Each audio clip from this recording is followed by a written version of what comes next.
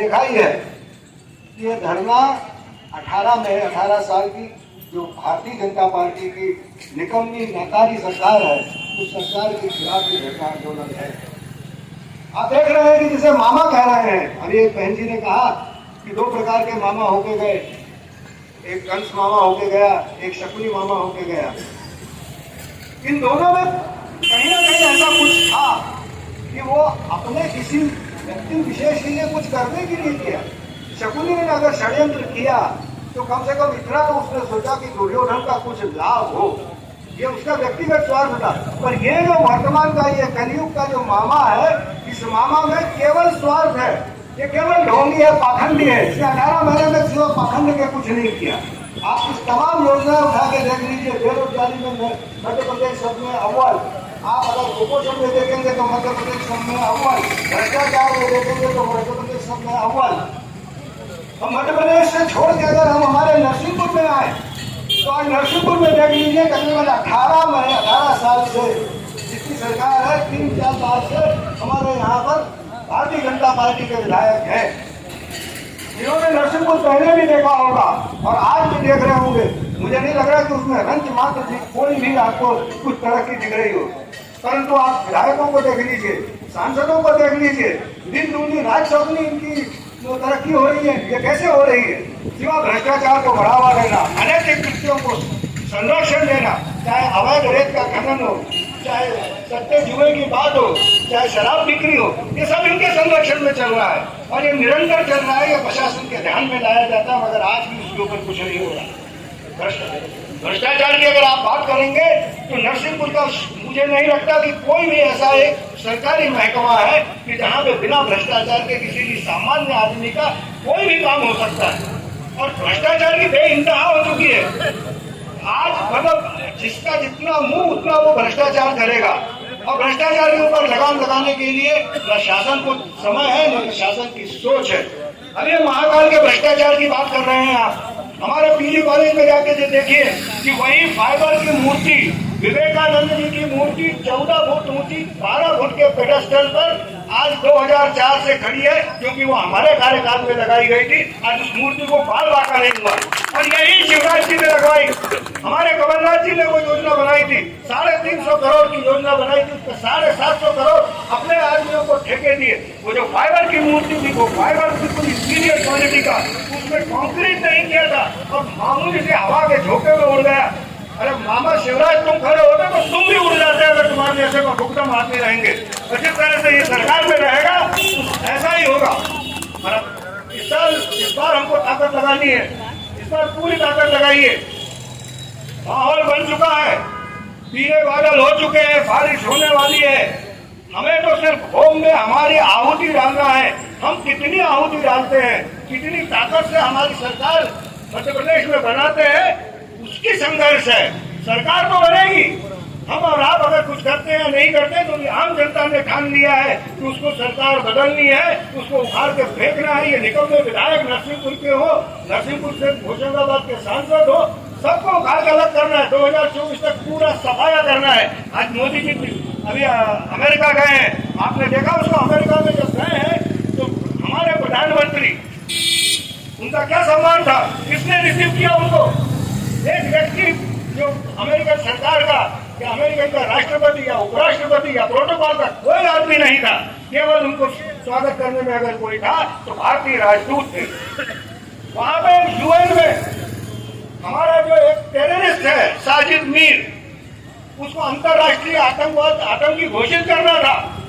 अगर हमारे मोदी जी, हमारे प्रधानमंत्री जी वहाँ पे रुचि लेते यूएन में योगा कर रहे हैं वहाँ, और वहाँ बगल की बिल्डिंग में वो पारित नहीं हो पा रहा, चीन का वीटो लग रहा है, ये उनका कहना है। और आज कह रहे हैं कि बड़ी बड़ी बातें उन्होंने दी है, पेपर में दी है कि हम फाइटर जेट इंजिन हमारे भारत में बनाएंगे अमेरिका के सहयोग से। अरे अमेरिका में भारत के सहयोग से कुछ बनाओ भाई, उधर की इधर के बना रहे हो तुम। अपनी टेक्नोलॉजी डेवलप करो, अपने लोगों के लिए कुछ करो, वो नहीं हो रहा। बाहर के लोगों को बुलाएंगे, फिर अडानी को काम देंगे, फिर अंबानी को काम देंगे, जिनका डिफेंस में कोई लेना देना नहीं। राफेल में ये हुआ, अब ये फाइटर इंजिन में होने जाने वाला है। यही सबसे सरकार का काम है। ये कॉर्पोरेट की सरकार है और उसी नक्शे कदम पर ये शिवराज चल रहे हैं और उसी नक्शे कदम पर उनके जितने लोग हैं विधायक हैं वे भी उसी कॉर्पोरेट घराने थे।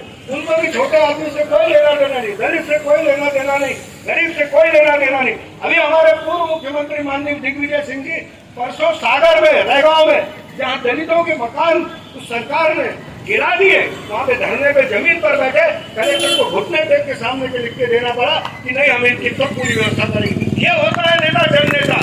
नहीं तो वहाँ बैठे शिवराज और वहाँ पे कैट वॉक कर रहे हैं। वो आजकल नया कर दिया शुरू उन्होंने, कुछ एक स्टेज बनाते हैं उसमें बनाते हैं कैट वॉक करते हैं। अरे भाई फिल्मी दुनिया में चले जाओ, किसी कॉम्पिटिशन में चले जाओ, भर्ती हो जाओ, कैट वॉक करो। वहाँ कैट वॉक कर रहे हैं। ये मुख्यमंत्री हो?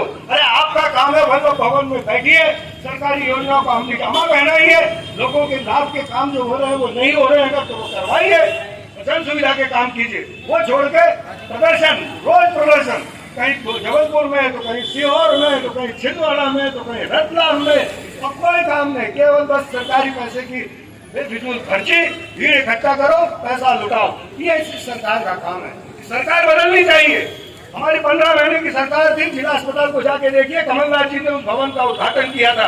इतना बेहतरीन भवन है, इतनी अच्छी बिल्डिंग है कि मेरे समझ से कि किसी भी प्राइवेट संस्थान से बहुत अच्छी है, परंतु सुविधाओं में जाके देखिए तो पूरी तरह से घटिया।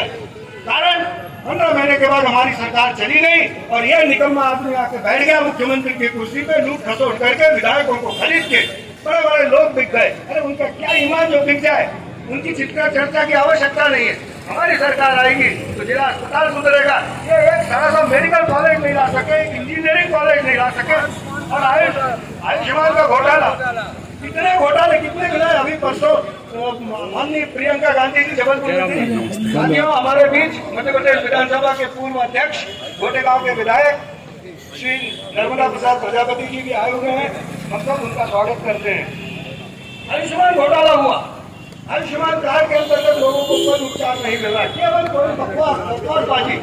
पुरानी पेंशन स्कीम खत्म कर चुके थे। हमारी सरकार आएगी तो ओल्ड पेंशन स्कीम लगाएगी, हमारी सरकार आएगी तो 500 रुपए में सिलेंडर देगी, हमारी सरकार आएगी तो महिला सम्मान निधि 1500 रुपए देगी, हमारी सरकार आएगी तो 100 यूनिट बिजली मुफ्त में देगी और 200 यूनिट बिजली आने पे देगी। उसी तरह से हमारी सरकार आएगी तो ओल्ड पेंशन स्कीम लागू होगी और किसानों के कर्जा माफ का जो कार्यक्रम पिछले समय चलाया था वो पूरी ताकत से चलाया जाएगा। जो बकाया है उनको भी जोड़ा जाएगा। ये हमारी सरकार वचन की सरकार है, वचनबद्ध सरकार है। ये केवल लफाजी की सरकार नहीं है। देखो मामू की सरकार केवल लफाजी, कोई लफाजी, सिवा लफाजी को और कोई काम नहीं इनके पास। युवाओं को आज अगर हमारी सरकार होती तो गोयल साहब हमारे नरसिंहपुर में इंजीनियरिंग कॉलेज खुलता, हमारे नरसिंहपुर में सेपरेट लॉ कॉलेज खुलता, हमारे नरसिंहपुर में सेपरेट एक्सपोर्ट कॉम्प्लेक्स खुलता। ये सब 15 महीने के बाद ये सरकार आई और ये खा गए, पूरा पैसा खा गए, खत्म कर दिया। इन्होंने एक चीज नहीं बनाई। इसीलिए हमारी सरकार आम जनहितैषी सरकार है और हमारी सरकार का आना आवश्यक है। हमारी सरकार आना अवश्य भावी है, वो बनेगी। सिर्फ हम कितना उसमें सहयोग करते हैं कि हमको इंडिविजुअल में देखना है। और ऐसा महाभारत में भी सबने कहा था कि कौन कर पाएगा इतनी महान सेना से। अरे साहब 5 पांडवों ने कौरवों को नाश कर दिया। कहाँ लगाए आप? हम सनातन के पुजारी हैं, हम जानते हैं कि क्या कर सकते हैं, क्या सामर्थ्य है हमारे में। बस हमें समझने की जरूरत है। और मेरा आप सभी से आह्वान है, मुझे स्वयं को शामिल करते हुए कि हम जिस जगह पर हैं, हम कम से कम हमारी ताकत के अनुसार 20 से 25 मतदाताओं को प्रभावित करें कि वो भारतीय जनता पार्टी कांग्रेस के पक्ष में और भारतीय जनता पार्टी के खिलाफ में मतदान करें। ये अगर हम प्रेरित करने का काम शुरू करेंगे तो मैं निश्चित तौर से कह सकता हूँ कि नरसिंहपुर जिले की 4 विधानसभा की सीटें हम जीतेंगे। ये गोयल साहब को हमारा आश्वासन है। बहुत बहुत धन्यवाद। जय हिंद।